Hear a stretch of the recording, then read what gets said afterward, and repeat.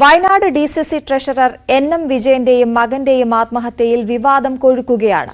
ആരോപണ വിധേയനായ Sultan Bathery MLA IC Balakrishnan രാജിവെക്കണമെന്നാണ് CPMന്റെ ആവശ്യം. MS അനീഷ് കുമാറാണ് വിവരങ്ങളുമായി ചേരുന്നത്. Aneesh, good morning. ഈ വിഷയത്തിൽ വിവാദം കത്തുകയാണ്. അടിമുടി ദുരൂഹത ആരോപിക്കുന്നുണ്ട്. ഏറ്റവും ഒടുവിൽ നമുക്ക് ലഭ്യമാകുന്ന വിവരങ്ങൾ എന്തൊക്കെയാണ്?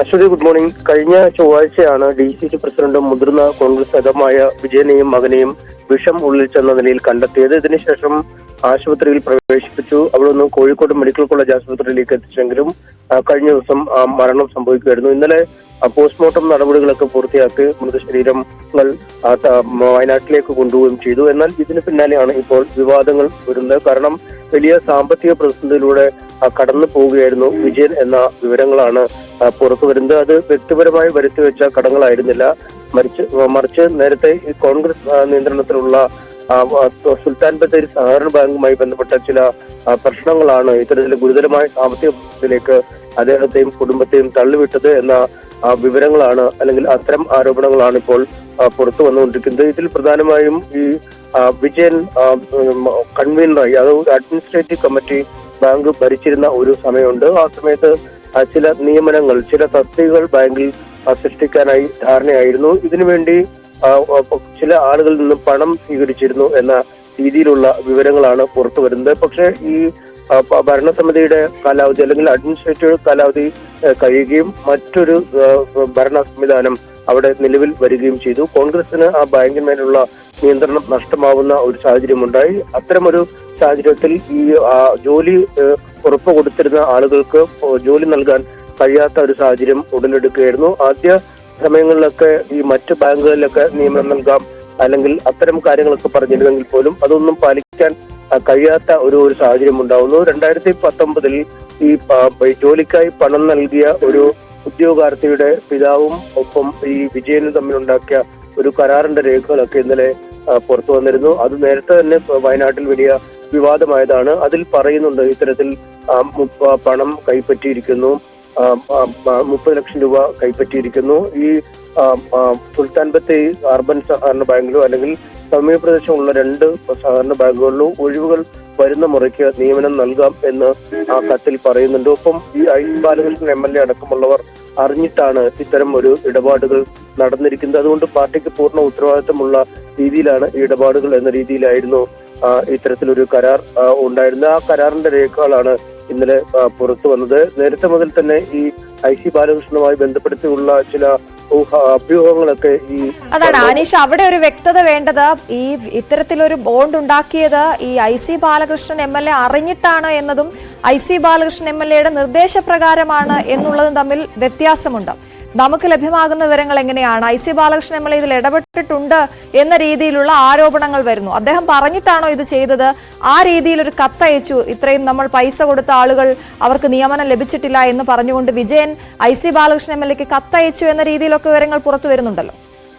തീർച്ചയായും ഇത് സംബന്ധിച്ചൊരു വ്യക്തത, ഇപ്പം ഏറ്റവും അധികം വ്യക്തത അറിയാമായിരുന്നത് വിജയനാണ്. പക്ഷെ അദ്ദേഹം ഇപ്പോൾ IC ബാലകൃഷ്ണൻ പൂർണ്ണമായും ഈ കാര്യം നിഷേധിക്കുന്നു. കാരണം ഒരാളും മറ്റൊരാളും തമ്മിൽ ഒരു ധാരണ ഉണ്ടാക്കുമ്പോൾ തന്റെ നിർദ്ദേശപ്രകാരമാണെങ്കിൽ താൻ അതറിയണമായിരുന്നു. അല്ലെങ്കിൽ ഇത്തരമൊരു തന്റെ പേര് കൂടി ഉൾപ്പെടുത്തി ഇത്തരമൊരു കരാർ ഉണ്ടാക്കുമ്പോൾ അതുമായി ബന്ധപ്പെട്ട് തന്നോട് വിജയൻ ഇക്കാര്യം പറയണമായിരുന്നു. അതുകൊണ്ട് പൂർണ്ണമായും ഒരു വ്യാജ കത്ത് എന്ന രീതിയിൽ തന്നെയാണ് അദ്ദേഹം ഇക്കാര്യത്തെ ഇപ്പോഴും പരിഗണിക്കുന്നത്. ഒപ്പം ഈ കത്തുമായി ബന്ധപ്പെട്ട് ജില്ലാ പോലീസ് മേധാവിക്ക് പരാതി നൽകും, സമഗ്രമായ അന്വേഷണം വേണമെന്നും അദ്ദേഹം ആവശ്യപ്പെടുന്നു. നേരത്തെയും ഈ കത്ത് വിവാദമായതാണ്, അല്ലെങ്കിൽ നേരത്തെയും ഈ കത്ത് എന്ന രൂപത്തിൽ കാര്യങ്ങൾ പുറത്തു വന്നതാണ്, ഈ കരാർ എന്ന രൂപത്തിലുള്ള കാര്യങ്ങൾ പുറത്തു വന്നതാണ്. അന്ന് KPCC നേതൃത്വം ഇതേക്കുറിച്ച് വളരെ വിശദമായി അന്വേഷിക്കുകയും ഈ കത്ത് വ്യാജമാണ് അല്ലെങ്കിൽ ഇതിൽ പറയുന്ന കാര്യങ്ങളിലൊന്നും വസ്തുതയില്ലെന്ന് കണ്ടെത്തുകയും ചെയ്ത് തള്ളിക്കളഞ്ഞ കാര്യമാണ്. അത് വീണ്ടും ഇപ്പോൾ ഈ മരണവുമായി ബന്ധപ്പെട്ട് വീണ്ടും ഉയർത്തിക്കൊണ്ടുവന്ന് തന്റെ രാഷ്ട്രീയ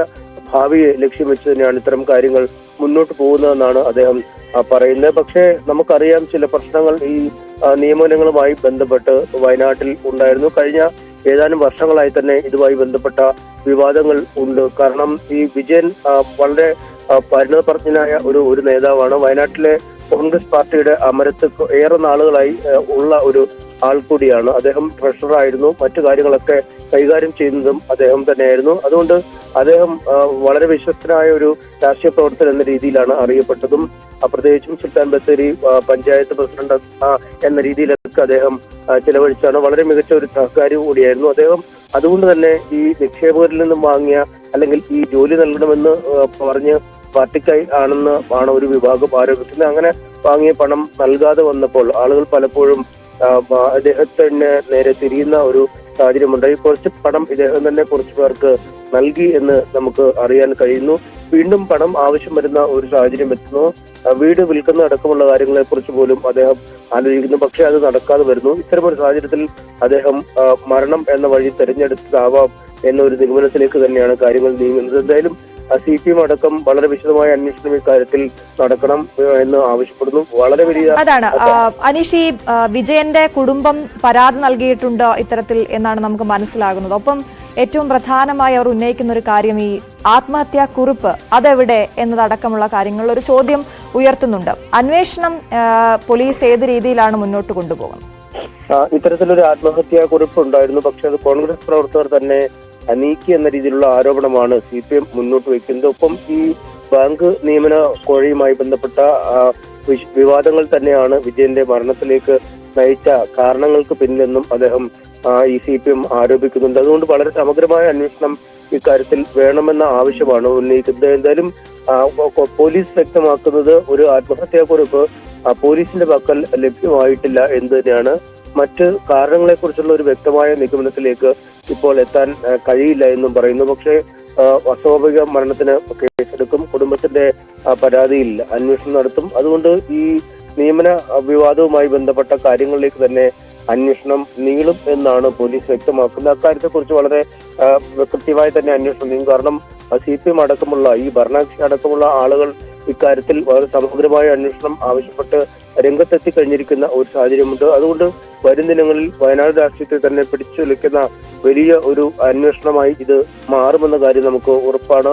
കഴിഞ്ഞ ഏതാനും വർഷങ്ങളായി തന്നെ, അതായത് 2019 മുതൽ തന്നെ വയനാട്ടിലെ അന്തരീക്ഷത്തിൽ ഉയർന്നു വന്നിരുന്നതാണ് ഈ കോഴ ആരോപണം. ഈ കോഴ ആരോപണവുമായി ബന്ധപ്പെട്ട് ഒരുപാട് ചർച്ചകൾ, ഒത്തുതീർപ്പ് ചർച്ചകൾ ഒക്കെ വയനാട്ടിൽ നടക്കുകയും ചെയ്തതാണ്. പക്ഷേ ഇത്തരമൊരു ദാരുണമായ അന്ത്യത്തിലേക്കാണ് ഈ വിവാദം മാറി എന്നുള്ളത് ഏറെ ഖേദകരമാണ്. എന്തായാലും ഈ സംബന്ധിച്ച വളരെ ശക്തമായ അന്വേഷണം വേണമെന്നാണ് ആവശ്യം ഉയരുന്നത്.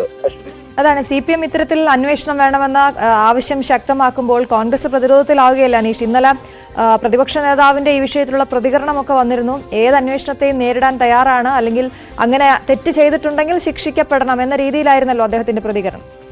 തീർച്ചയായും ഇന്നലെ നമ്മൾ ഈ മൃതദേഹങ്ങൾ പോസ്റ്റ്മോർട്ടം ചെയ്യാനായി മെഡിക്കൽ കോളേജ് ആശുപത്രിയിൽ നിൽക്കുമ്പോൾ തന്നെ ഈ വയനാട്ടിൽ നിന്നുള്ള MLA ആയ T സിദ്ദിഖ് ഇന്നലെ കോഴിക്കോട് എത്തിയിരുന്നു. അദ്ദേഹത്തോട് നമ്മൾ ചോദിച്ചപ്പോൾ വ്യക്തിപരമായ എന്തെങ്കിലും കാരണങ്ങളാവാം അദ്ദേഹത്തിന്റെ മരണത്തിലേക്ക് നയിച്ചത്, അദ്ദേഹത്തിന്റെ ജീവനെടുക്കാൻ പ്രേരിപ്പിച്ചതെന്നാണ് T സിദ്ദിഖ് പറഞ്ഞത്. അദ്ദേഹവുമായി ബന്ധപ്പെട്ട് എന്തെങ്കിലും തരത്തിലുള്ള ഈ പ്രശ്നങ്ങൾ സംഘടനാ തലത്തിലോ പുറത്ത് വ്യക്തിപരമായ ഉള്ളതായി ഒരു അറിവും ഉണ്ടായിരുന്നില്ല. സാമ്പത്തികമായി അദ്ദേഹം എന്തെങ്കിലും ബുദ്ധിമുട്ട് നേരിട്ടോ എന്ന് താനടക്കമുള്ളവരോട് പറഞ്ഞിരുന്നില്ല. പലപ്പോഴും പലരും വ്യക്തിപരമായ പ്രശ്നങ്ങൾ ഉള്ളിലൊതുക്കിയാണ് പൊതുപ്രവർത്തന രംഗത്ത് സജീവമായി നടന്നത്. അതുകൊണ്ട് അത്തരം വ്യക്തിപരമായ കാര്യങ്ങളാവും ഈ മരണം തെരഞ്ഞെടുക്കാൻ അദ്ദേഹത്തെ പ്രേരിപ്പിച്ചതെന്നാണ് T സിദ്ദിഖ് പറയുന്നത്. ഒപ്പം ഈ സഹകരണ ബാങ്കുമായി ബന്ധപ്പെട്ട വിഷയങ്ങൾ നമ്മൾ അദ്ദേഹത്തോട് ചോദിക്കുകയും ചെയ്തു. അങ്ങനെ ഒരു കാര്യവും ഇല്ല.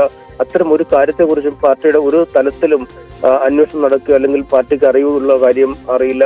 അങ്ങനെ ഒരു കാര്യവും ഈ മരണത്തിന് പിന്നിൽ ഉണ്ടാവില്ലെന്നാണ് അദ്ദേഹം പറഞ്ഞത്. നമ്മൾ പിന്നീട് പ്രതിപക്ഷ നേതാവിനോട് ഈ കാര്യം ചോദിച്ചപ്പോൾ പ്രതിപക്ഷ നേതാവും പറഞ്ഞത് സമഗ്രമായ അന്വേഷണം തന്നെ നടക്കട്ടെ, തെറ്റുകാരെങ്കിലും ഉണ്ടെങ്കിൽ അവർ പുറത്തു വരട്ടെ, അതിൽ കോൺഗ്രസിന് യാതൊരു പ്രശ്നമില്ല, ഈ KPCC നേതൃത്വത്തിന്റെ മുന്നിലേക്ക് ഈ പ്രശ്നം ചർച്ചയ്ക്ക് വന്നിട്ടില്ല എന്നുമാണ് അദ്ദേഹവും വ്യക്തമാക്കിയത്. എന്തായാലും മറുവശത്ത് CPM വളരെ ശക്തമായ ആക്ഷേപവുമായി ആരോപണവുമായി മുന്നോട്ടെത്തുന്ന സാഹചര്യമുണ്ട്.